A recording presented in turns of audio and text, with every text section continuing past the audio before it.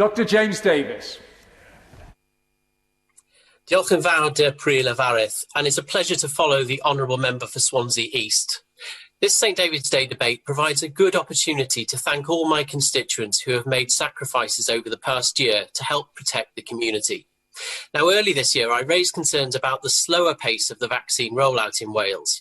I'm relieved that significant improvements have been made and that efforts are now progressing generally well in the Vale of Clwyd. In addition to the tireless efforts of NHS staff and the armed forces, a key driver behind this improvement has been the presence of directly comparable vaccination data across Britain. The current general shortage of such directly comparable healthcare performance indicators can make objective comparisons difficult. UK-wide data in the NHS, along with aligned inspection mechanisms and audit procedures, would increase transparency. It would allow different regions of the country to recognise both best practice as well as shortcomings in the service which they're providing and work collaboratively to improve. It would allow ministers and ultimately voters to make a more informed decision about the direction they want their health service to take. This is particularly relevant for North Wales, which I suggest would sadly be seen to be falling behind in most parts of the UK if such data were available. The same can be said for infrastructure, where North Wales is in the unenviable position of being overlooked and misunderstood by Cardiff Bay, whilst UK government ministers have over the past 20 years had decreasing access to intervene.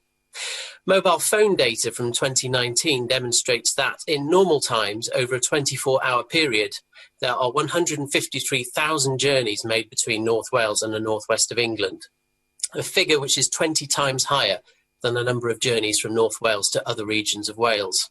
Despite this, the public transport offering is inadequate.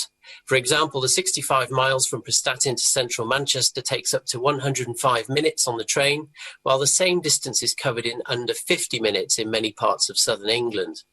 In seeking to rectify this, we need to move to a position where the administrative border between England and Wales is not seen as an excuse or a barrier to progress. The Mersey North Wales APPG, which I chair, has already held constructive talks with the Department for Transport and the Union Connectivity Review about how to achieve improvements.